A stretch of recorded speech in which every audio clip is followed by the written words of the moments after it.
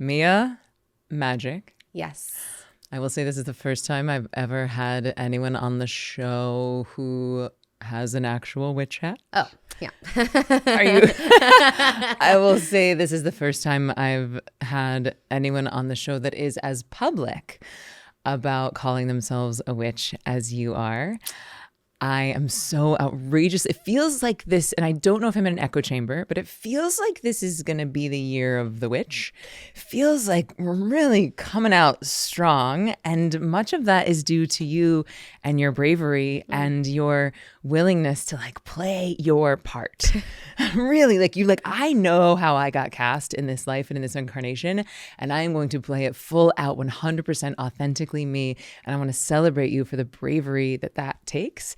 Especially when you started doing it, when it was not cool, it was not trendy. There weren't a lot of people doing it. I'm sure you faced so much ridicule, so much minimizing, so much probably big and small being cut down, people trying to weaken you and your power. And it has been such a privilege and a delight to see you just like flourish and thrive, and to see you expand into the full space and presence that you take up, and then to see nature responding to that. So I'm really excited for us to talk about why isn't everyone practicing magic? And so before we even go into that, because I know it's a big conversation, how did you first discover magic? Like, what was your first inkling that, oh, magic is real? I was one of those total fantasy nerd kids. So I always hoped that magic was real. I always would escape into fairy tale books every single day, all day, as much time as I could possibly spend in my books, because I didn't like the world that I lived in. I felt more comfortable in this land of legends and myth. And so I really hoped and prayed and was very devoted as a bookworm and as a little nerd to magic. And then really it wasn't until my early 20s when I started actually, there was many long sordid tales of depression and anxiety and teenagehood. But when I really actually experienced magic was mostly with cognitive dissonance, was like things that I thought, stories that I had so deeply lodged in my mind. In particular, in my case, I was in an accident when I was 16 and I covered my arm up. I wouldn't let anyone see this scar. I almost became an amputee. It was like very traumatic. And I was actually with Light Watkins, who just walked out of here, which is so funny. And he and I went to this party, and all of a sudden the covers that I used to hide myself, like makeup and my covers, scar, or like a cover, like a little sleeve, like a little cloth sleeve, they all dematerialized from reality. Like I had one in my glove compartment and one in my purse, and one, like I always was covering this up. So I always, everywhere I went, no matter what, I had at least one and a backup so that no one would ever see who I really was. No one would ever see my scar. No one would ever see how damaged and broken and disfigured and deformed I was. All these horrible stories that I had about myself. And I was going into this party and I couldn't find the sleeve. All of a sudden, it's like, what is happening? I always have this. And I just heard this little voice that was like, Mia, enough. Just enough. And so not only had something that I knew was tangibly in my reality disappeared, that was pretty magical, even though it was confronting and scary and challenging. Then I walked in, and the story that I had was that everyone is going to think that I'm hideous and that they're going to see that God punished me and I'm so horrible. Like I don't fit in here. I just moved to LA, and no one even noticed. They didn't even recognize that there was this massive thing that was wrong with me. And it might not feel magical to anyone else, but to me, that was an entrance into sort of like in Harry Potter, where Hagrid shows up and is like, you're a wizard. And he's like, what are you talking about? No, I'm not. And he's like, actually, yes, you are. It's just a piece of information. And if it's true, it's going to change your whole life. And that was what happened to me, is there was a new piece of information that was actually more true than the illusion that I was living. And it changed and transformed the entire trajectory of my existence. And that's what really pushed me onto my spiritual path, because then I was asking myself, what else? Like, why isn't everyone doing all of these other things? Like, what else is there in the world that I've been believing that's not true? And how can I find the things that are true? And it really felt like just this veil had been lifted from my eyes, and I was seeing life and God and the universe in a completely different way. And it was what motivated me then to start looking for what else. Okay, what else is an illusion? What else isn't real? What else have I been convincing myself is the thing that I need to inform all of my choices on, but actually doesn't exist? And so that was really that was the big piece, the big moment in my life where everything shifted and changed. And then I started seeking a magical world and a magical reality, and started thinking, well, why, maybe my fantasy books could come true. Maybe there is real magic all around. And the more I looked for it, the more I found it. And how would you define magic? To me, magic is the awareness that we are emanations and reflections of the eternal forces of creation. We are the elements in our very bodies. Our bones are the stones in the mountains. Our blood is the rivers and creeks and streams, the waters within. Our breath is the wind that we exchange with the natural world all around us. And our fire is the electricity making our hearts beat, and our neurons fire and sending all of our hormones through our bodies. So we are literally a reflection of the universe and of the natural world. And when we can reclaim the power from that and learn to harness and wield that power and communicate with it in its ancient symbolic language, which is what my book is all about, then we are able to wield magic. We are able to manifest. People call it manifestation, but manifestation and magic are just two words for the same thing. And so it's really about just remembering that we are divine. We are God right here, right now. And when you remember that, then magic becomes just your everyday way of functioning. This is why we're friends. Yeah. My mission at Ziva is to help people turn up the dial on their own divinity. And I love the way that you help people turn up the dial on their own divinity by remembering how much of nature is inside of them and how much of us is inside of nature. I just did an event the other day called Audacious Magic. I thought you'd be proud of me. And so I was looking up, I was like, well, what is the textbook definition of magic? And one of them is, there's like trickery and sleight of hand. There's that, which I don't think either one of us is interested in. But one of my favorite definitions is appearing to change the course of reality by connecting with seemingly supernatural forces. And it was like, well, yes, of course, if you are transcending the 3D world, if you are connecting to source consciousness, if you are transcending your state of consciousness, which is what, I teach it through meditation, where you're connecting to source, connecting to nature, yes, that is supernatural. Yeah. And you can 100% impact the course of reality and change the course of events. So what's been like before we talk about why everyone isn't practicing magic, why should we be practicing magic? And what's like if you had to sell me on it, let's say I'm skeptical of meditation. Wow. And what's been something that's been wild that you've witnessed either in your life or one of your students' lives? What do you call your people? Coven members, students? Yeah, students, clients. Yeah. They get to call themselves whatever they want. They can be part of the coven if they want. So, I've had so many crazy, amazing things, but one was a moment where I was super broke and I just needed money, and I had several things that I really wanted to do. I wanted to go to this retreat in Hawaii, and I just had this little list of things I wanted to do for my summer, and I had like $200 in my bank account. I'm like, well, how am I going to do any of these things? And a friend of ours shared this candle magic spell with me. I'm like, whatever, can't hurt, I'll try lighting a candle and sitting with it. I guess that sounds easy.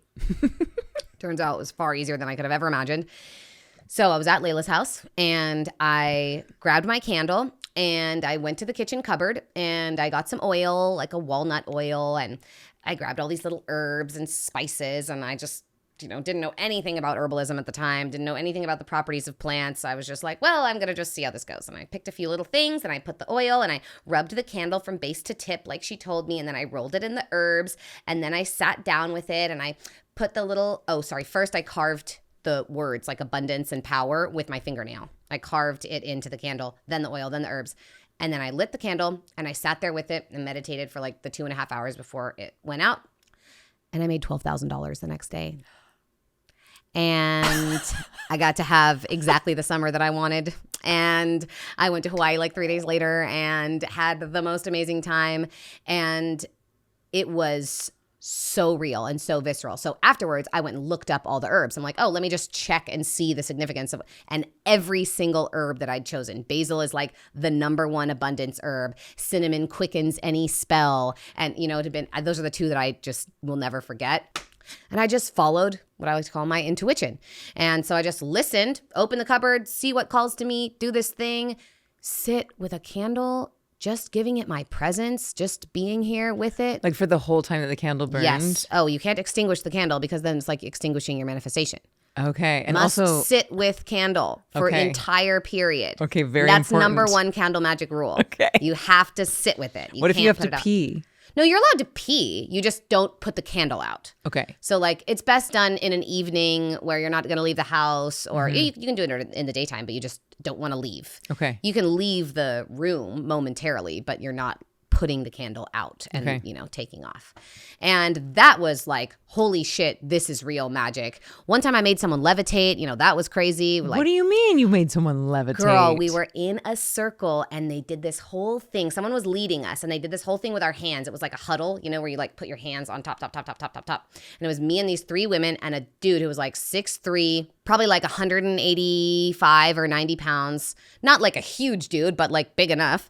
And I stood on one side and I was the leader, and another girl stood across from me, and then another girl stood behind us, and we were only allowed to use 4 fingers. This is light as a feather, stiff as a board. But he was sitting there. He was sitting in a chair like we are. And so we picked him up from his knees and his armpits, and then he was floating in the air at our eye level while we were standing there, like floating on our fingers. We lifted him from the chair up at, 5 feet in the air.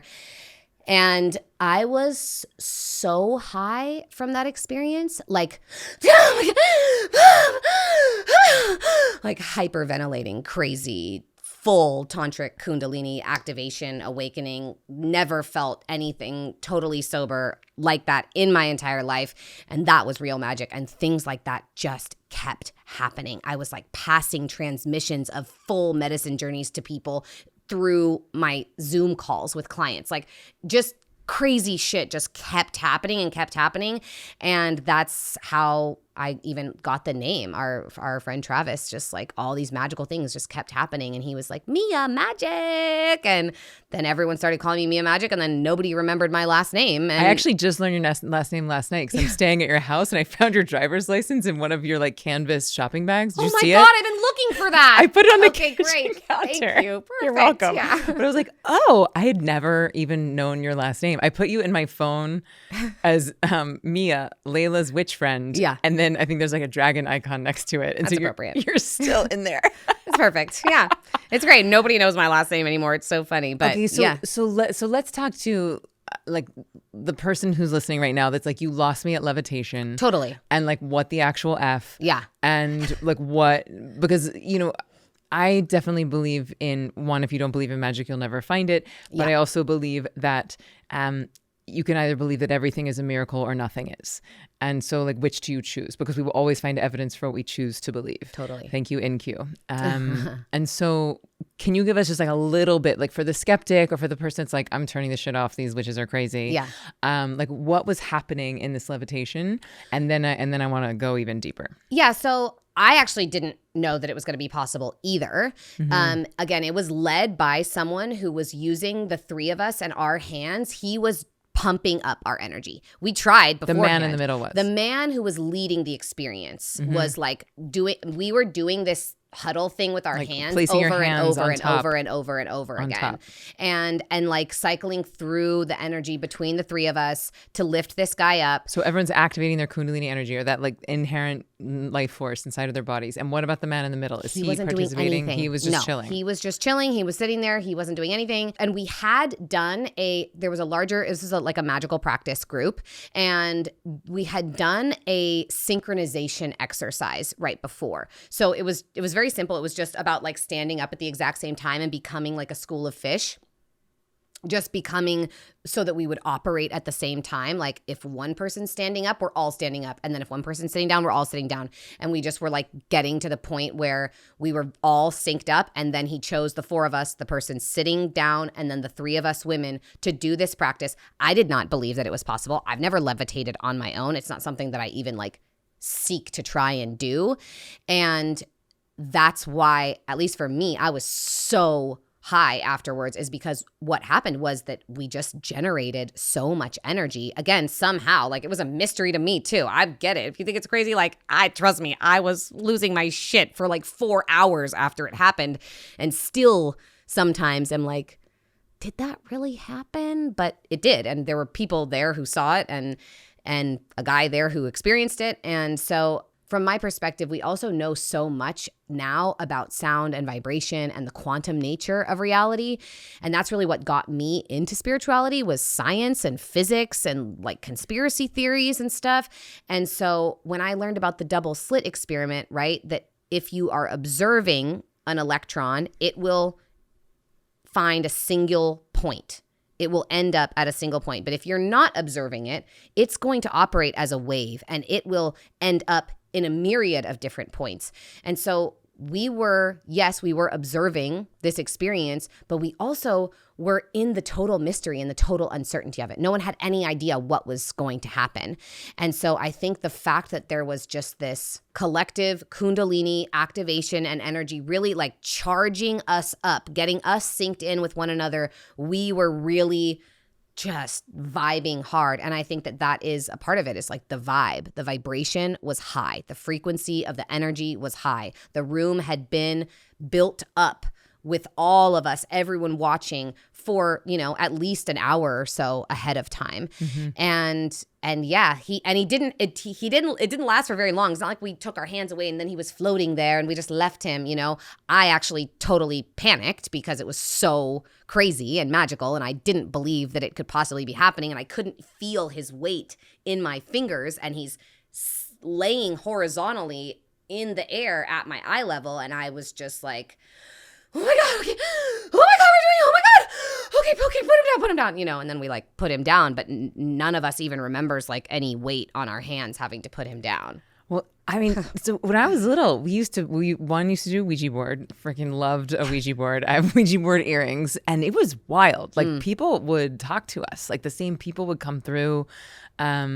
Susie Q was her name. I cannot believe I remember. I was like 5 years old or something. Okay, wow. Like these like entities would come through, and they would move the board, and they would ask their name, and they would spell it out, and this one being would come through, and then we would play light as a feather, stiff as a board, and like and it worked. Yeah, wow. We would like lift people up when we were like little girls, wow. and now I'm like playing the tape backwards. It's like it makes more sense, but I think I had totally discounted it maybe until right now in this moment.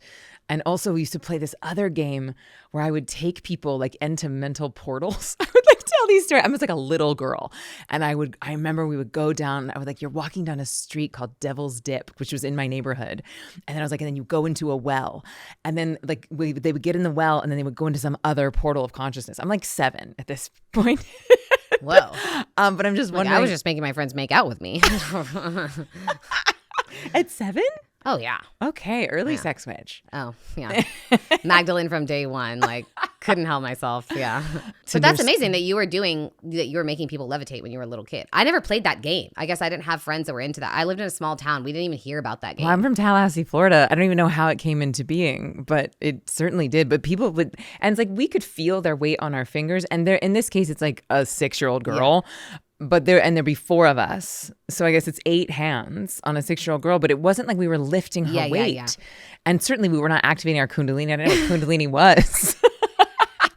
But having just returned from Egypt with your sweet boyfriend, is that what you call him? Boyfriend, man, friend, partner? Yeah. Certainly there are powers, mysteries, forces at play that are so much bigger than our human ability to conceive. Like we still don't know in 2024, how are those pyramids built? Yeah. How did they create the technology to create those tunnels? And so there are many hypotheses from very respected scholars and historians that think that they were using sound and vibration to some degree. And so it sounds like it was a very similar phenomenon here where you're creating coherence in the room, which is what the Heart Math Institute is all about. Yep. So what any great speaker will tell you, that like the the entire room will go into coherence with the person whose heart rate variability is the highest, which is like the person who is the calmest. And so I love that you were both simultaneously like initiated into this through like it sounds like hours of deep practice, but then also in the awe and wonder of the miracle of it. Yeah, completely. And so do you call yourself a professional witch? Like, what do you call yourself? You know, that term has definitely floated around. It's not really one that I use. I call myself a teacher. I'm a teacher. Yeah. I feel like young Professor McGonagall, you know, she was the teacher of transfiguration. I know you're familiar with the gene keys. Our sister Blue is so deep in the gene keys. And she showed me that my life's work is literally transfiguration. That's what my life's work is. What does transfiguration mean? Transfiguration means changing something from one form to another. It's like interpersonal alchemy in my particular vein with it, the way that I use it. So yeah, I consider myself to be a teacher because that's what I spend most of my time doing is teaching online and with my coven.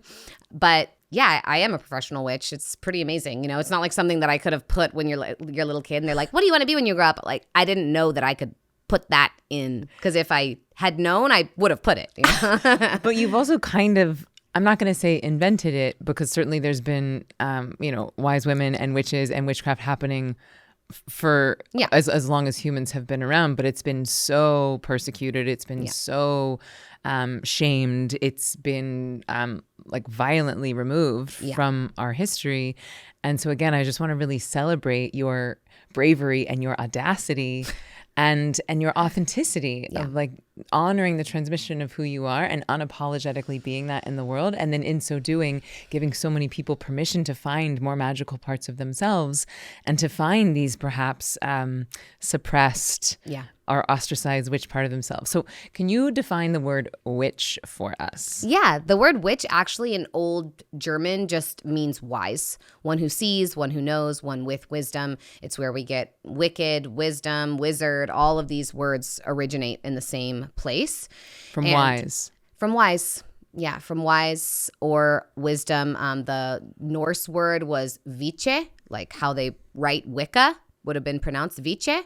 And so, yeah, it's an old word and it was changed, obviously, and turned against us and historically has come to mean evil and manipulation. Even in I believe it was the King James version of the Bible, they changed the word manipulation to witchcraft. And so much of what's been done to systematically suppress our magic and our power and our healing gifts, right? Like all medicine used to come from plants.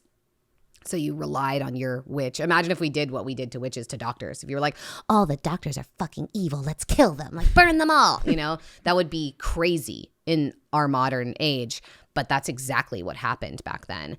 And so much of the ways that witches have been suppressed and turned against is in mistranslation of the Bible. Even the word ruach, like the Holy Spirit, spirit comes from spirare in Latin, which means to breathe or to breathe life into. So the word in Aramaic that the Bible was written in actually meant wind. It's like the Holy Spirit was is the wind. Yeah. Coming back to God is nature. Exactly. And so, yeah, I think that for me, that word and crafting, right, to craft your wisdom is about living a life that is informed by your embodied wisdom, right? You can have conceptual knowledge. You can learn a really hard lesson. You can like date a shitty guy and then like date somebody just like him the next time. Or you can learn from that lesson and change that knowledge into wisdom and say, actually, I'm going to make a different choice and I'm going to be someone different or I'm going to choose something different from here on out. And that to me is how we craft our wisdom. And everyone has wisdom, right? You have Vedic wisdom and Tantric wisdom, and we've got Buddhist wisdom, and there's all these different types of wisdom. Everybody's a witch. And I think that it's very apparent how we got here in this modern day. It's like such, agony and atrocity and disconnection from nature and from ourselves and mental illness and just all of the things because we've villainized our wisdom. We've demonized wisdom. We've made it evil. And so, yeah, I appreciate all the acknowledgments because it is crazy and really fucking brave to blaze a trail in this way. You know, there are some amazing elders, Clarissa Pinkola Estes and Starhawk. You know, there are some OG elder witches still crushing it in the modern day. And yeah, I really have blazed a trail for myself. And that means you get a lot of fire in your face.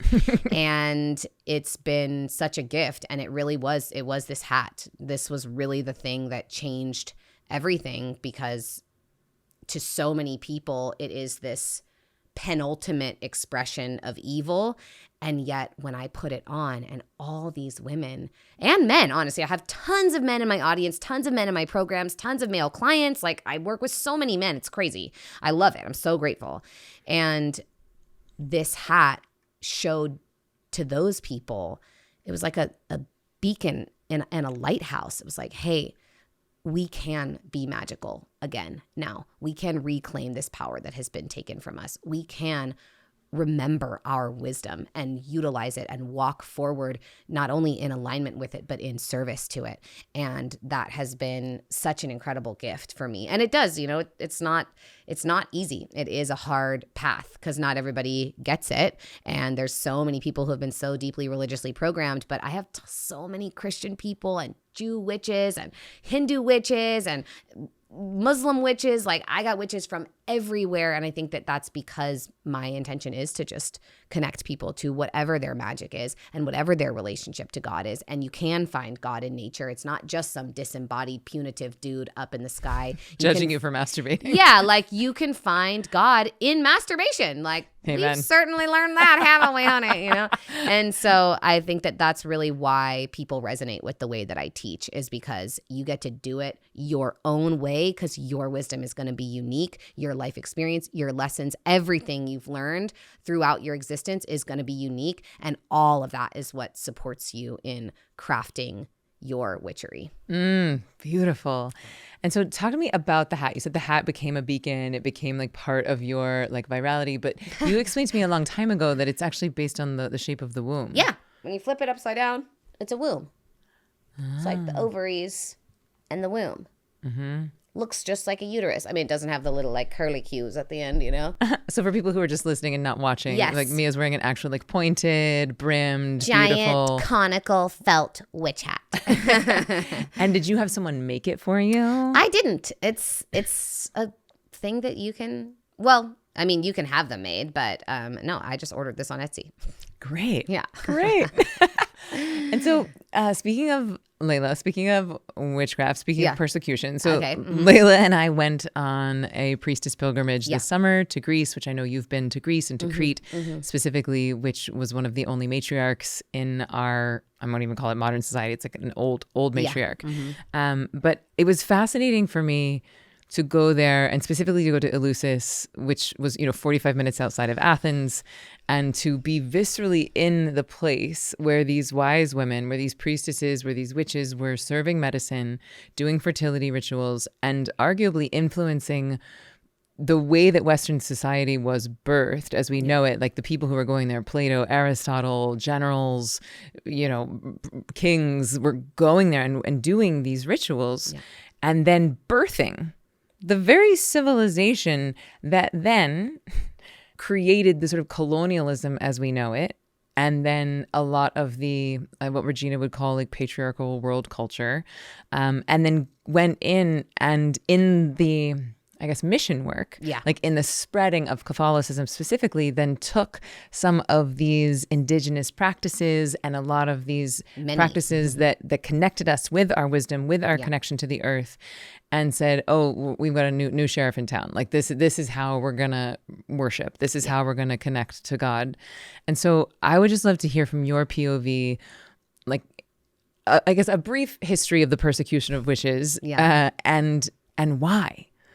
Why did that happen? Because we're talking millions of humans burned at the stake, killed, drowned, tortured, burned, all the things. If I had an answer for that, I think it would make everyone's life so much easier. For the why, I have an answer for, the how and the what, but the why, I don't know if we can answer that really, because I think that From my perspective, all I can guess, like if I could have a time machine, that's what I would go back and check out, like what's going on. Even the word propaganda comes from the Catholic Church. It was a department, propagare. It's like to propagate the faith. But that's where we get propaganda, is because like none of it was real. They were just printing out all of these pieces of information. And if you didn't believe them or go along with them, the alternative was death. And so I think that the why can only be like someone somewhere probably got denied by one of these amazing priestesses. They were nobility, right? I mean, like, you know. You mean like sexually? Something, right? Like, why else would you try and tear down the very type of being that brought you into the world? Like, you see, most men are respectful of their mothers. They love their mothers. They're like, thanks for giving me life and all this food and nourishment, and taking care of me and loving me for my entire existence. Like, appreciate you, Mom. So what, how, when, you know, like I can't answer that part of the question. I wish I could. But my theory is that someone in power got denied or rejected from a priestess or a woman or a queen, and he sought revenge and went after her or her and her sisters or whatever. There's a lot of other theories around the fact that you were supposed to go forth and multiply, right? The sex was only for procreation. And if you knew the birth control herbs, then you could have sex for fun. And so there's a lot of different theories around why all of these different layers and levels of suppression occurred during that time. But some of what was happening was that there was an emperor, not Constantine. I think it was Constantine. Yeah, Constantine. About the 300s. Mm-hmm. So he was actually very polytheistic. We're talking the Roman Empire. They have this massive pantheon of gods, right? They're supposed to be descendants from Venus, all of the things. And Constantine was originally asking his people, his pagan polytheistic people, to be kind to this new religion, these Christian people who were here and they were present in the Roman Empire. And over the course of his 30-ish year rule, he gradually became less and less pagan and more Christian. Now, the theories are that he was being coerced, he was being bribed, it was a very corrupt system, and all of these different pagan places of worship were being confiscated and turned into churches. Well, Layla and I literally went to a 15,000-year-old Neolithic cave in Crete where people have been practicing goddess worship for 15,000 years. And right on top of it was a little chapel. And they just like put their cross right on top of it. It's like, put the cross wherever you want. Like worship however you want. Yeah. Glory be. But don't put it on top of the 15,000-year-old cave. Yeah. And the place that I told you guys to go. Love in it. Exactly. Good job. Thank you. She told me about that. It sounded amazing. The place that I told y'all to go, Polydenia on Crete, also is a 9,000-year-old temple to Artemis that they knocked down and built the little church with the stones of the temple. So the church of I just got chills thinking, like the church of the 99 Fathers, little tiny church, is built on the ruins of the temple with literally inscriptions to her name, praise for the goddess, is the very building blocks of this place where she is no longer welcome and she is villainized and she is, you know, completely eradicated from the nature of the divine. So it's so interesting because like you could argue on one hand that like this has been happening since humans have existed. I'm going to put my thing and I'm going to knock that down and put my thing. I'm going to knock that down and put my thing. And that indigenous cultures were doing this to each other and then different colonial cultures doing it to each other. So that's like one argument. But then there's like another POV that is like, oh, actually, there was a different level of acceptance. There was a more visceral and direct connection with the divine that people were having through plants, through plant medicine, through getting their hands in the soil, through making love, through doing rituals, through singing, through ecstatic dance. That was a visceral, physical, wisdom-inducing, like body wisdom-inducing experience of the divine. And then that has shifted slowly and sometimes violently into we are going to outsource God into a man in the sky, judging you as good or bad. Yeah.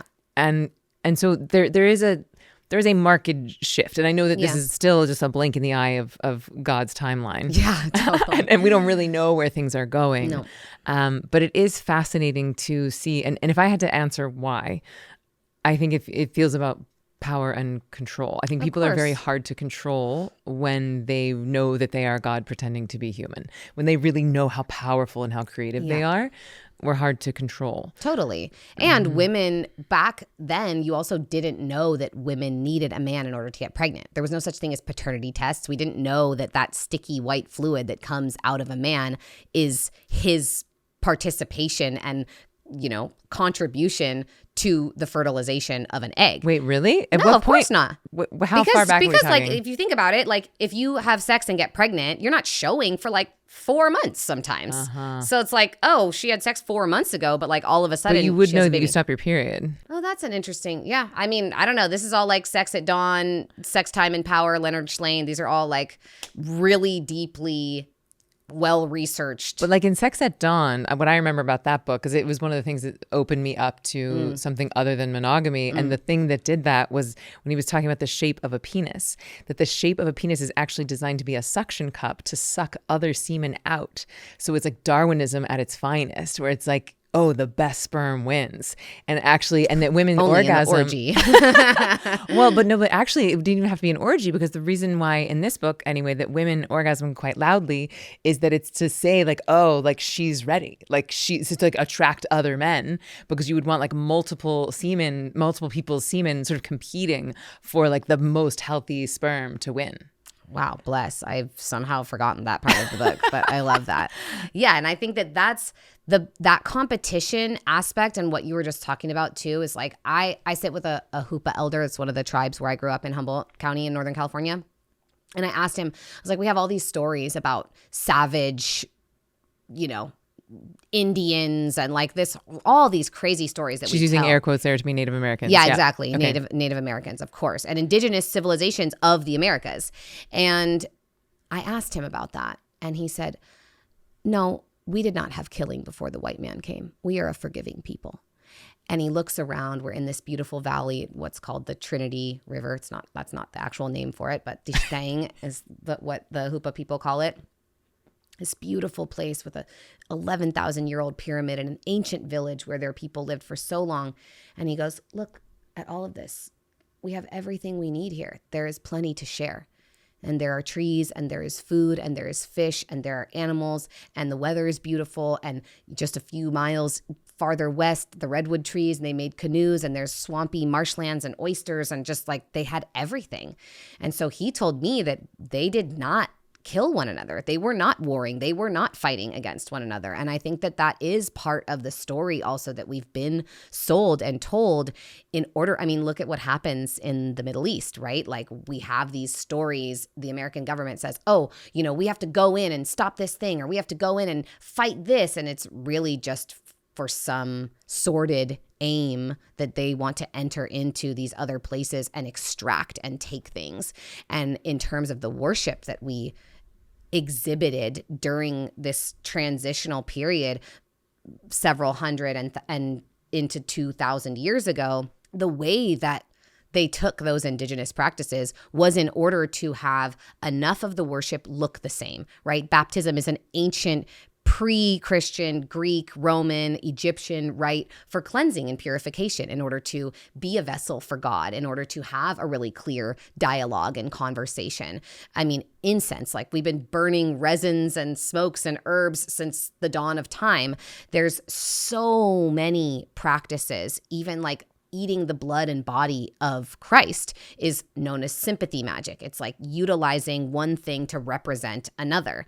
And so there are all of these different ways that, like you said about the beautiful 15,000-year-old cave, they're okay, we're going to put this cross on top of it. Okay, we're going to knock this temple down and we're going to make this into a cross. One of the main tactics was to change the type of worship done in the same place of worship.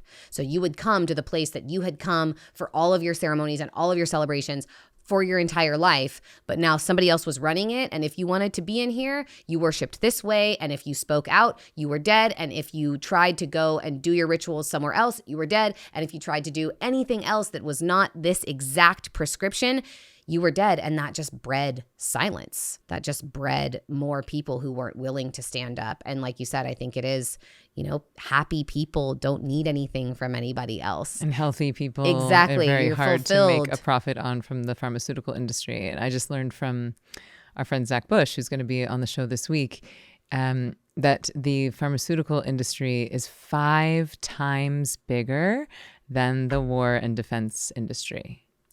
5 times bigger. And did you know that they don't test on women because our hormonal cycles are too unpredictable? So every pharmaceutical drug has never been tested on a woman's body. They don't even know. They're like, oh yeah, take this, here's your dose, but we've only tested it on men. Whoa. I know. That feels intense. I know. So I want to bring it back to the why a little bit, because it feels like 2 things. Like one, we were talking about in the Middle East, right? Like, oh, we're going to go in and we're going to like fix this or do this or protect this. But really there's like a handful of people that get very wealthy when these wars break out because of the war, the industrial complex. But then I sort of had this story in my mind that the defense contracts were sort of the biggest, energy and defense. But when I realized that, pharmaceuticals actually much bigger, in the trillions of dollars of budget, but pharmaceuticals is just modern day apothecary. It's like modern day herbalism.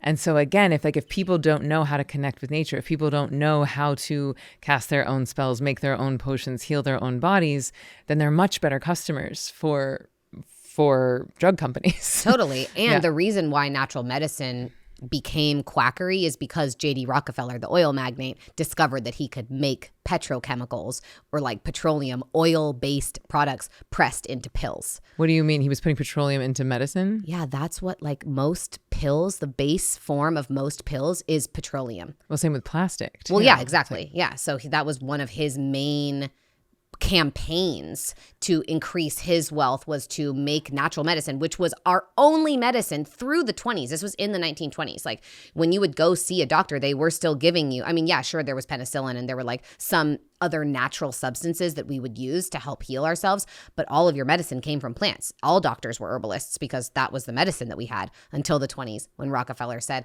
actually, natural medicine is quackery and anyone who goes to see a doctor like this is crazy. And he paid, it's like the Sattler family with the Oxycontin. He basically paid doctors to stop using natural medicine and to start using petroleum-based pressed pill medicine. And that's how we completely changed and the pharmaceutical industry was born. It'd be interesting to tap into like the spirit of petroleum. Ugh. I'm serious. Because like there's a spirit in rose quartz. There's like an energy in amethyst, And so if you believe that that is real, there certainly has to be like a spirit of petroleum. Have you ever seen Fern Gully? No. What? You have a 5-year-old. Okay, you guys have to watch it because for those who know about Fern Gully, it's Hexus. Hexus is the spirit of petroleum? Yeah, it's literally a like demonic. It's like an oil demon. Really? Yeah. Okay. All right. You're gonna love it. Okay. It's so good. I'm excited. But I have an Ayurvedic practitioner friend who, just as a thought experiment, he's like, what if like humans came into existence because the earth wanted plastic? Like just to try it on. It's like there's nothing that is either good or bad, but thinking makes it so. And I just I can't, it's hard for me to swallow that, but sometimes it's just nice to get out of my own cyclical thinking. Totally. Who knows? This earth knows so much more than we do. We are literally just like bacteria on her skin. So I don't think we can possibly conceptualize of the depth of her process and her, it's like, I always think about like this carpet here. I'm like, do I think about the little dust mites in the carpet and what their lives are like and how they're doing and like what their social structures are? Not really, not super concerned with that. And so I always wonder if she's even, I feel this visceral, vocal, communicative relationship with her. Like the spirit of the earth. Yeah, for sure. But I always wonder. Do you anthropomorphize it into Gaia, or it's just? I refer to her as. I have mother and father nature. I think that that's one of the big parts in God, that like the feminine nature of the divine has been taken away and the masculine nature of nature has been taken away. Ooh, wait, say more about that. That feels really important. Well, because in many ancient traditions and civilizations, it was like Father Sky was one thing, yes, but there was also Father Earth. There was Mother and Father Earth. There was like in the Celtic tradition, they call it the Green Man. And he's an embodiment. He's a personification of Father Nature.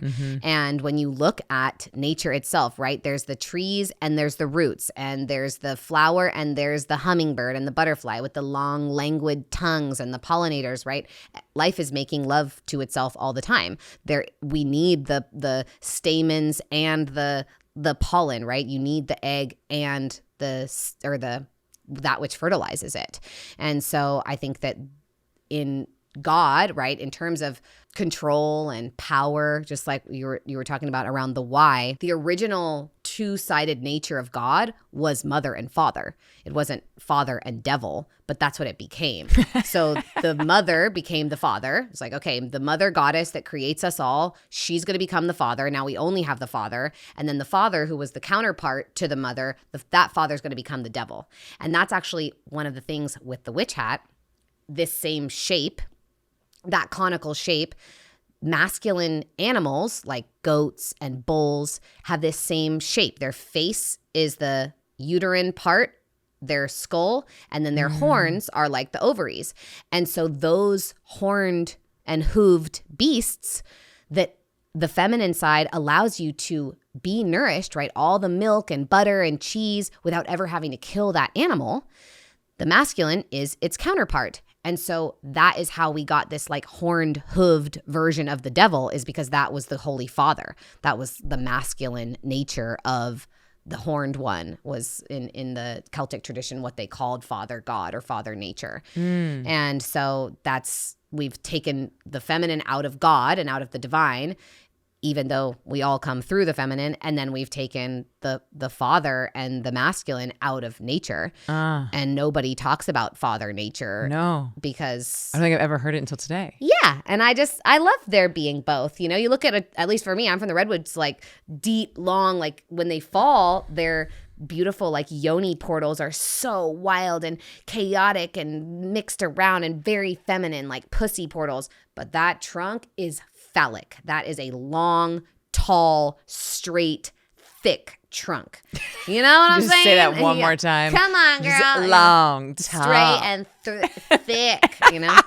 And so that's very much the masculine and the feminine in that expression of nature. And I think that we just forget about that.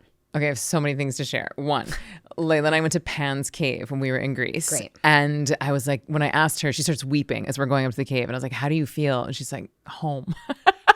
So of course you feel that home. Witch loves Pan. In Pan's Cave. And all the orgiastic rites. And then she was like talking to me about Pan. It was like the goat god, that like orgiastic, this like revelry and hedonism.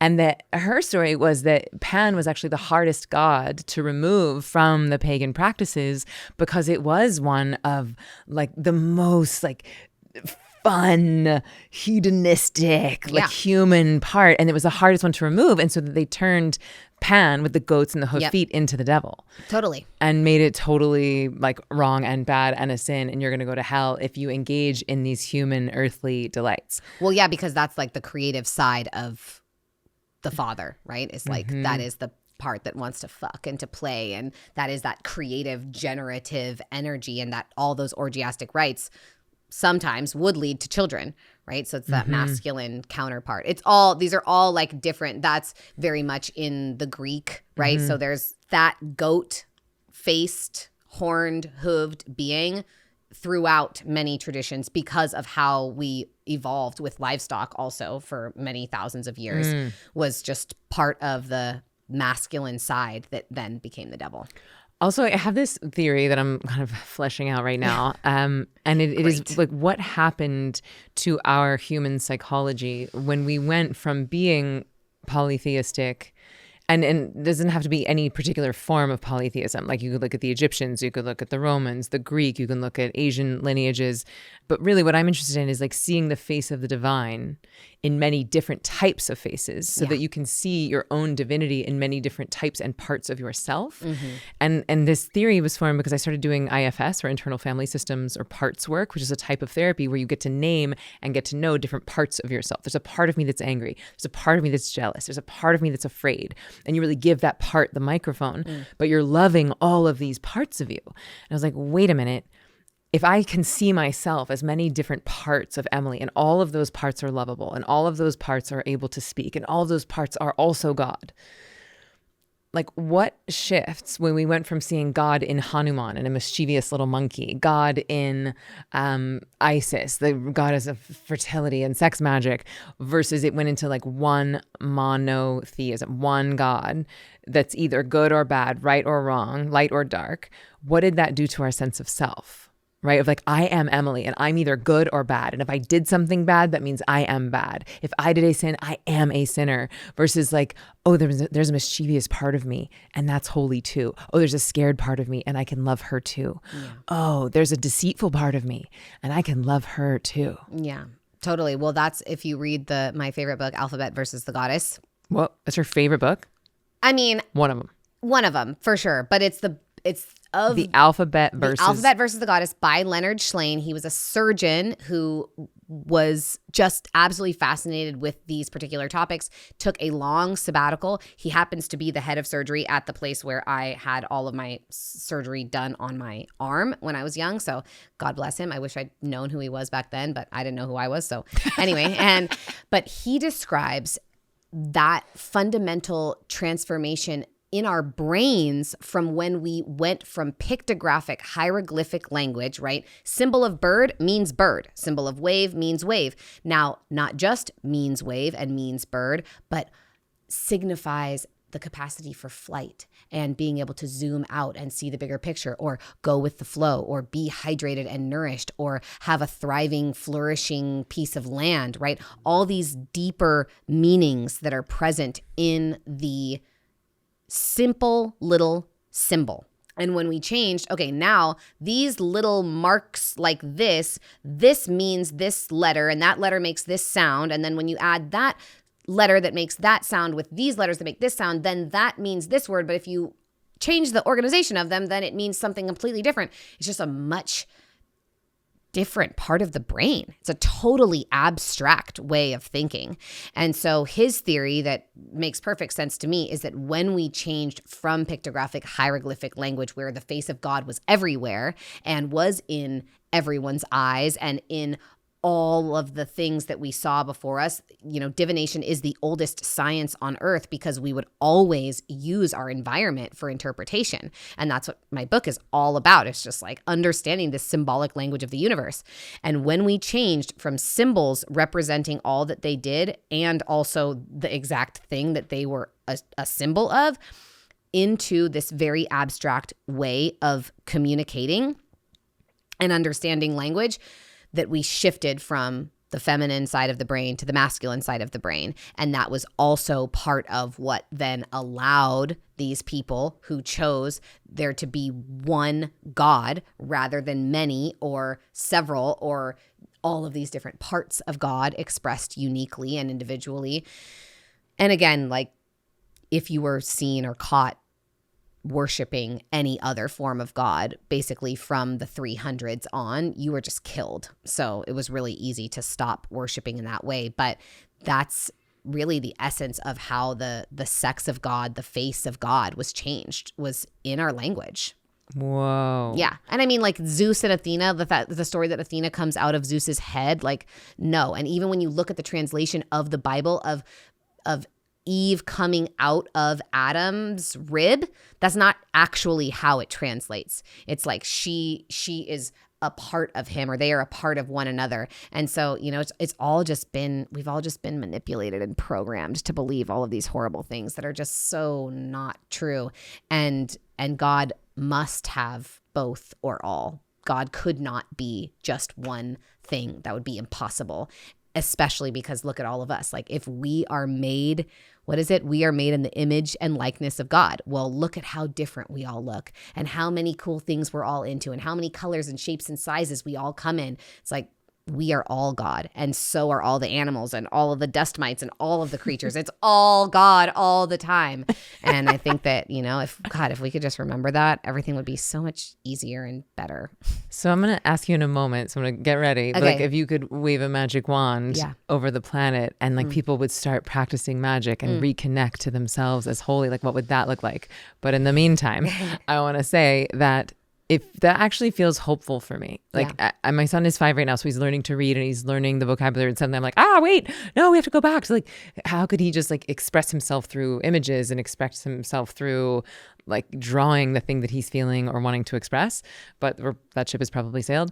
But it actually feels hope inducing to me, because if we could program from one to the other, then we can certainly program back, or not even back. There is no back.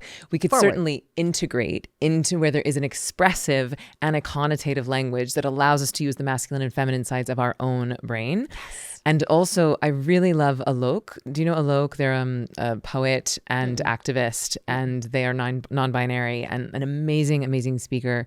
And the way they speak about being non-binary is that it is this elevated status that is actually like closer to God, because how on earth could we gender God? And it's so silly to gender it into one thing. So if you yourself have the ability to inhabit a whole spectrum of being, that it gives you this like power and freedom and fluidity. And they were on a podcast once where someone said, they were talking about like trans people being persecuted and non-binary people being persecuted, and the host said, well, what could we do to be better allies or to keep people, like, to help protect you? And Alok said, we don't need protection. We do not need your protection. What we need is for you to stop hating the part of yourself that is being expressed and your hatred towards us. Hallelujah. And so when we speak about this, of like, it's hard for us to even recognize like how deep this programming is. If at 1 year old, our parents were like A, B, C, D, E, F, G, H, I, J, K, L, M, N, O. This is a song I used to sing to Jasper. It was like a vocabulary song when he was little. But it's like that programming starts early. It does. And I think that, we're all so conditioned to operate in a certain way in order to align with our gender, like you and I in very different ways, right, have been very hyper masculine, right? Like direct, assertive, know what we want, going after it, successful business women, doing the things, right? Like making shit happen, very masculine. But it's pleasurable and it's fun and it's sexy and it's creative and it's like living my fucking purpose, right? It's doing what we came on this earth to do. Very feminine. For me, I got here from like pussy power and fairy dust, I just saw your reel on this. Can you please give us that transmission where you're like, I built this business on pussy power and fairy dust. Can you just tell us that story really quick? I mean, that's it. I was doing whatever the fuck I wanted. I refused to do anything other than what I wanted to do, than what made me feel good, than what made me happy. My spiritual practice would be like the entire day. It was like 8 hours and I was broke for so long. And then And I think that this is a big part of it. And what we're talking about with the programming and the gender and who and what we are and what we're supposed to be is like, if you have an againstness, if you have resistance towards your feminine side, towards your masculine side, if you have daddy issues or if you have mommy issues, your invitation is to work on that aspect of yourself. You are being encouraged to transform some negative belief about that particular side of yourself. And that was a huge thing that I did, was I was working with my inner masculine and my inner witch hunter, like if you're the witch, you're the witch hunter. If you're Harry Potter, you're Voldemort, right? Like you are both, you are everything. You have that evil inside of you. And most of it, right? We think about in the world. And this is what intuition, this is what my book is all about, is this exploration of not only the symbolic language of the universe that's communicating with us all the time, but the law of correspondence, which states as above, so below, as within, so without. So anything that we have resistance to or that we dislike outside of ourselves exists inside of us. And if we think that like these horrible child molesters are so evil and so awful, which they are, guess what? We have the opportunity to look at where we abuse our inner children, where we shut them down and we suppress them and we tell them no, and you shouldn't be into that, and don't touch that part of your body, or don't look at that person that way, or don't wear this, or don't say that. Like, not enough, not good. And we have all done that to our inner children. And so everything that we dislike about the outside exists inside of ourselves. And this is something that people really don't talk about in terms of the witch wound and why everyone isn't practicing magic and how we got here and why witches are so evil. People think that okay, yes, maybe these like 9 million women were killed during that time. Great. Yes, that was horrible. That was awful. Okay, so women absolutely experience this. And think about every brother, son, father, husband that they left behind. If 9 million women left behind a man who was supposed to protect her or supposed to take care of her or supposed to guard her, that man is going to feel so guilty and so ashamed of himself and like such a failure and like he has not accomplished his mission or his duty on earth. And we all know what men who feel like a failure do. They feel hurt and they lash out or they shut down and they perpetuate the pain that they're in or try to alleviate that burden from themselves by inflicting pain upon others. And so I think that this balance between the masculine and feminine is such an important piece for us all to look at and to reclaim. And all of these parts, you know, the part that is speaking critically and unkindly to ourselves, can you then align with that energy of the unconditionally loving mother and come in and nourish that part of you that's afraid or that's critical or that feels ashamed? Can you be there and be kind to that part? And for me, that was what I did to build my business. And that's the fairy dust and pussy power that I used. I was using Tantra and pleasure to alchemize my pain and my wounds, to get over my daddy issues, which, you know, I don't know if I can ever fully get over them, but I've worked really hard on it, and so far so good. And so that was what I was doing, was I was working with the parts of my feminine that I felt ashamed of or that I felt were too much and I was afraid of and I didn't know how to wield. And then the parts of my masculine that were wounded, that were hiding, that were undisciplined and lazy and, you know, unstructured. And I think that to me is the truest magic that we can do, is in healing ourselves and in unwinding the patterns and programs that hinder our fullest expression in whatever that looks like for us. And that does mean finding that transcendent balance of the expression of the divine, like wherever you fall on that spectrum between the poles of masculine and feminine, finding what is best for you and what feels really good for you. And then you express your divine nature in that way. And that's how you make magic, is because you've gotten out of the way the things that were preventing you from accessing it. So beautiful. It's so validating for me right now, because I feel like my number one priority is healing my relationship with the masculine and healing my father wound. And I've recently, that's why I'm so glad you said the idea of father nature, because I've certainly been anthropomorphizing God as a woman. And I think part of that is a reclamation, because it's been so exercised from our culture. So I think I had to first sort of reclaim the divinity as female for myself. For sure. But now I'm on the phase where it's like, oh, I need to find that nurturing father inside of myself. I need to see the shadow sides of my father inside of myself and love those parts of me. And I'm very excited to see like what shifts in the work that I'm able to do in the world as a result of this deeper layer of healing.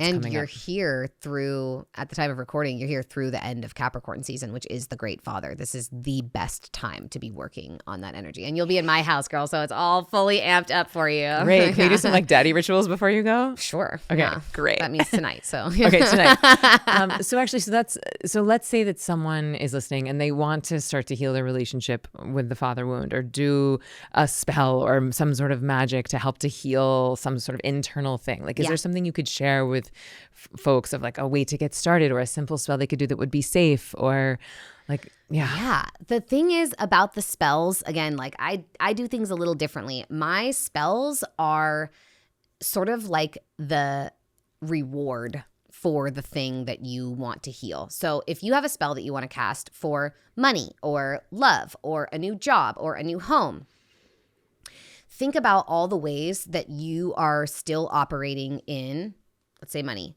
scarcity. How are you not taking care of and providing for yourself in what, and then you can look at it from the masculine and feminine.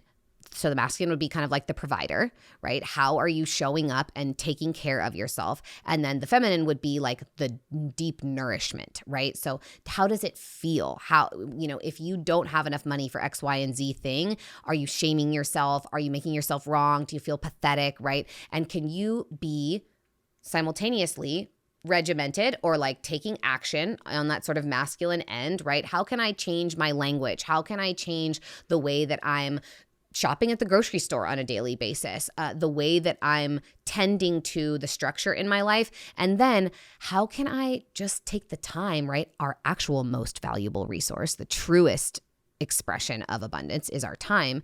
How can I spend the time to just show myself how valuable I am and how much I care? And the same goes for love, right? Where am I not loving, not honoring, disbelieving in an empowered masculine side of myself? Or like, men are pigs, or all men cheat, or whatever. If you have those beliefs, that's what you want to work on in order to then be able to cast a love spell that works.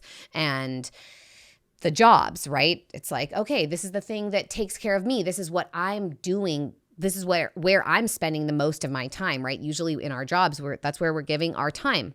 So really looking at, what's my story around my time, my value, my worth? Am I doing something that I love? Does it turn me on? Do I feel like I'm being in service to the planet? And if not, really looking at all the beliefs. Oh, well, I believe that money is hard to earn, or I believe that I'm not worthy of a purposeful job, or I believe that you have to work really hard in order to achieve success. And really just looking at all of the belief systems and taking an inventory of what it is that is informing your reality, and then working backwards from there. Like, that's going to be the thing that will allow all of your spells to come to fruition. And again, this is what I talk about in intuition, is that everything around you is information. Everything around you is divination. What does divination mean? Divination means to divine information. What does that mean? Well, divine is my favorite word for this exact reason, is because it implies the divine. Then it's also an adjective, like, oh, it tastes divine. And then it is also a verb. So to divine is to glean the significance or gain information from this thing. Like we call divination, astrology is divination. Tarot cards are divination. Numerology is divination. And divination is the oldest science on earth. Even in the Buddhist lineage, how they find the next Dalai Lama is by reading the clouds. And so once upon a time, again, in this time when symbolic language was our way of communicating and interpreting the divine's message, how the waves would crash, how the wind would rustle through the leaves or the grains, how all of the clouds would form, what shapes you would see, different weather patterns, different gnarled bark on a tree. All of this was symbolic significance in your life. And the same goes for now, right? Like when you see a sign or something, when you see a particular time on the clock, right? What do those numbers mean? Oh, it's 11:11. Well, if I look at what the one is going from the 0 into the something. It's that first step. It's confident, it's visionary, it's action oriented. And if there's 4 ones, well, 4 is like the building blocks of creation. 4 is the elements. 4 is like the solid, stable legs of a table. So if I'm taking this visionary step forward into what is my foundational nature of reality, how is that 11:11 communicating that to me? Or what do those numbers mean to me beyond just their greater archetypal significance? And so that was also what in this time when I was really cultivating my relationship between my masculine and feminine energy and building my business on pussy power and fairy dust, it was really a deep exploration of this law of correspondence that has now become my book, witnessing how can I receive information from the world around me? How can even like the types of plants and the colors and all of the symbols and all of the crystals and all of the animals that cross my path, how can I receive the information from them? And then if I'm going to decorate a house or adorn myself or build an altar, how can I communicate with the divine in turn? How can I respond through these colors that I'm putting on this altar, or that I'm painting my home, or this particular, lioness sculpture that I place upon my bedside table in order to represent that powerful feminine queenly energy, right? And that has been the most powerful experience of magic that I have ever found, to be able to reciprocate and really respond to the universe and say, hey, like, here are the things that I desire. I'm creating this divination. Rather than gaining information and receiving, I'm going to create the information and give that message to the universe and watch as these particular desires and these things that I am dreaming and hoping for, I'm going to watch them come to fruition in this way. And that's certainly how I did it, was altars and color magic and feng shui in my home and deep, deep healing. So it sounds like this process itself is very masculine and feminine. There's like a feminine receptivity of like the divination in, right? You're like starting to pay attention to nature in all of the ways that I would say she, but now I'm going to say it is communicating, that they are communicating to you. And then also in the creation of the altar, in the creation of the spell, that is almost like a masculine or a giving part of you. Yep. And then I also heard that even before you cast spells, like before you're going to put medicine in, you're working on extracting, like taking the poison out. What are the limiting beliefs that we need to extract? Which is the same as like if you go to any naturopathic doctor and you're eating McDonald's 3 meals a day, they're not gonna be like, well, here's some colloidal silver. Like colloidal silver is not going to be able to override the Twinkies. No. And so it's like, what are we removing is as important, perhaps even more important, before we start casting spells. Yeah, they just won't come true. If deep down, if 95% of your subconscious reality, you're teaching meditation, this is like these are basic things. We know that our conscious mind is such a small part of our functioning reality. So if deep in our subconscious, we have a wounded inner child who believes that we're unworthy and that we'll never amount to anything, and you cast a little spell and like write your little rhyming couplets and burn your candle, and you're like, oh, I'm so excited, I'm going to find my purpose, or I'm going to manifest all this money. But your subconscious does not believe that you deserve that or that it's possible. It's like, that's where the work is. So do you think when you did the candle magic and because it sounds like it was, $200 in your bank account, which if you want to argue that money is energy, like, okay, so we can make an assumption about your deservability or about your deserving power at that time. Or maybe it's just like, that was the tip of the iceberg. Like maybe you've been doing all of this work underneath the iceberg. I had been doing all the work under the iceberg. And then you did the candle magic. And also, I want to just name that, like, you were like, oh, it's easy. But you're like, but actually you got all those herbs, you etched the thing in the candle, and you sat there for 2.5 hours. Yeah. So but like, it's still pretty easy. I mean, yeah, easy. But like in a day and age where it's like Instagram, can I do like a 5-second whatever? Like 2.5 hours is a decent level of devotion that I don't know that many people would do, even if they're like, oh, you're guaranteed to get $14,000 on the other side of this, or how much was it? 12,000. Well, I think that's back to what you were saying in the beginning about our indigenous practices and how disconnected we've been.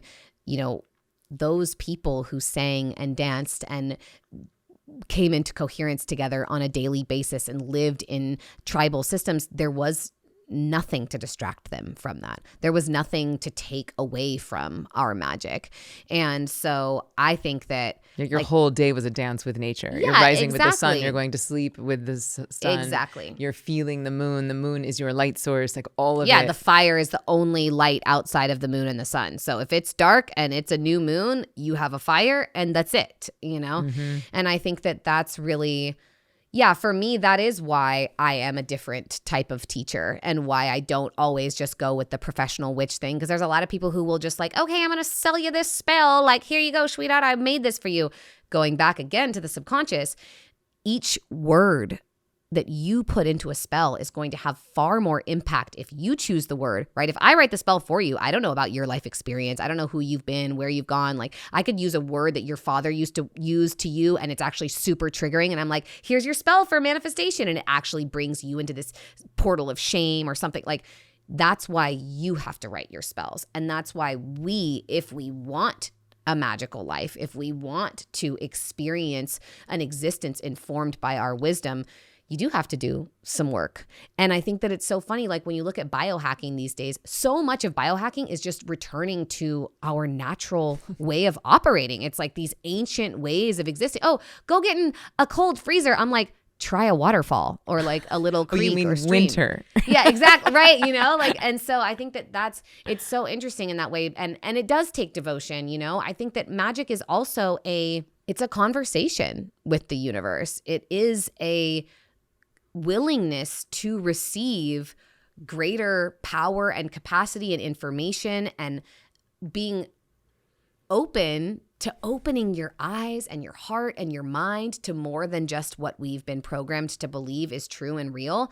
And then, yeah, you have to take action. That is the fire. That is the element of transformation, is your fire. You have to do something about it. You can't just sit back and wait. But that's what, to me, makes that candle spell so easy, is that, okay, like, yeah, I'm going to do these things, and the work, the excavation work, the healing work, that's the hard stuff. Like, but I'm going to do that. And then when I sit and, yeah, like, grab a few things from my cupboard and am willing to just be here for 2.5 hours, I don't like to use the word deserving, but I was communicating to the universe, hey, I'm willing to do this work. Hey, I'm following my intuition. I'm receiving this guidance from this friend of mine. She, suggested I do this. I'm going to try it out. Okay, I'm noticing that, like, this is the thing that I'm drawn to, and this is the thing that I'm drawn to, and I'm going to do that, and I'm going to try it out, and I'm going to hope for the best, and I'm just going to sit here, and I'm just letting you know that I'm going to sit here with this, and I am so grateful for this practice in general, no matter what happens. And that's how I felt about it. And that's what I have noticed and seen really does make magic work, is you have to participate. You have to put some of yourself into it. And that's why this divination through action is really so powerful, is because you're proving to the universe, hey, like, I see what's going on here. And not only do I see it, but I'm willing to create it as well in order to then receive seeing even more and even new, better, stronger, more powerful things in my life. So I know you to be a deep protector and advocate for the planet. I think you and I are like the people at our parties that are like taking the plastic forks out of the trash and putting them in the recycling and taking the food and be like, where's the compost? And like, yeah. And sometimes, we are so blessed to have such an amazing group of friends, and there's like a lot of waste, a lot of waste, and also a lot of flying and a lot of travel. And so, it's a yes and, it's like light and dark. Yeah. And I travel a ton, and I would consider myself an environmentalist. We donate 10% of Ziva's proceeds to environmental organizations. Like the CEO of Kiss the Ground called me yesterday, and it's like, oh my God, thank you for this check. Yeah. And I was very delighted by that. And I'm on a plane all the time. Yeah. And my biggest thing that I'm trying to manifest, no, let me delete. Yeah. The biggest thing that I am manifesting, delete the word trying, is an eco-friendly private jet. It's like my number one spell. I want an eco-friendly private jet, like for all of us. For all of us. Because if I can have one, so can you. So anyway, I know you to be a deep protector of the planet, and always advocating, and always, like, even at parties or even in little ways, being like, oh, that fire is your heartbeat. That river is your blood. Yeah. And so I guess my question is, it goes back to the magic wand. Like, how do you think the world would be different? How do you think being a human would feel different if more people started practicing magic, started seeing themselves as divine, seeing nature as an extension of themselves? Oh, I think we would all feel so good. I think people would be happy. I think we would feel healthy. I think we'd be connected with one another. We would know everyone who has these like actual mental health challenges would be taken care of rather than medicated. We would work to heal them. There wouldn't be such a crazy homeless population in all of these cities. I think that we would have gorgeous farms, and your neighbor who grew the lemons would trade you for the chicken eggs, and everyone would have enough, and we wouldn't need to rely on pharmaceutical medications. And I think that our waters would stop being poisoned and toxified by our excrement, because we would be reconnected to the earth and we wouldn't need to be toxifying the waters. And I truly believe, because of the way that reconnecting to the earth has provided me with massive abundance, the more sustainable I am, the more connected and devoted I am to like furnishing my house, everything secondhand. You're staying there, like all my cloud couches, all my bookshelves, all my beautiful, luxurious things, all secondhand, because I refuse to buy it new, because the earth has enough stuff. And I feel even more abundant from that. I feel her rewarding me. I feel her constantly appreciating me. And she bestows so many blessings upon me because of that devotion. And I believe that more people would feel that. We would feel, some people do have challenging relationships with their mothers or none at all. And I believe that all humans would feel the unconditional, deep, nourishing love and support that this planet so lovingly and so tirelessly provides us. Every breath of air, every bite of food, every sip of water comes from Mother Earth, from Mother and Father Nature. And I know in my soul that if we all remembered that and strove to be fulfilled by her rather than by shit from Amazon, we would be so much happier. And I think that all of the issues that we face, the pharmaceutical industry, war, mental illness, I think all of that would just melt away probably within one generation. And that's my dream. I'm trying to ride on a dragon in a magical world in this lifetime. That is what I'm here for. So please, let's all wake up. And then, we get to okay, how do I get to wake up more? Where is my inner witch hunter still attacking myself? And it is a balance. I'm flying to Switzerland tomorrow. I can't not go to the places where the goddess guides me to go, but I can do absolutely everything else in my power in my life to make sure that my life has an impact. And I think that if 8 billion people say, oh, well, me not composting is it doesn't matter. Well, if we all say that, then it really does matter. And so that's why you saw me, you're you're peeing outside. I'm yeah, I always pee outside. I only pee outside. That's what I do because I don't want to put pee into the water. And so that is a huge part of how I function and operate. And I truly feel the elements respond and I feel their gratitude for me doing that. And if we can just do one more thing or make one small effort every day to create a little bit easier time for the earth. Imagine if someone was just putting plastic all over you. You would not be happy about that. You'd be excuse me, this is not mine. She's this is not mine.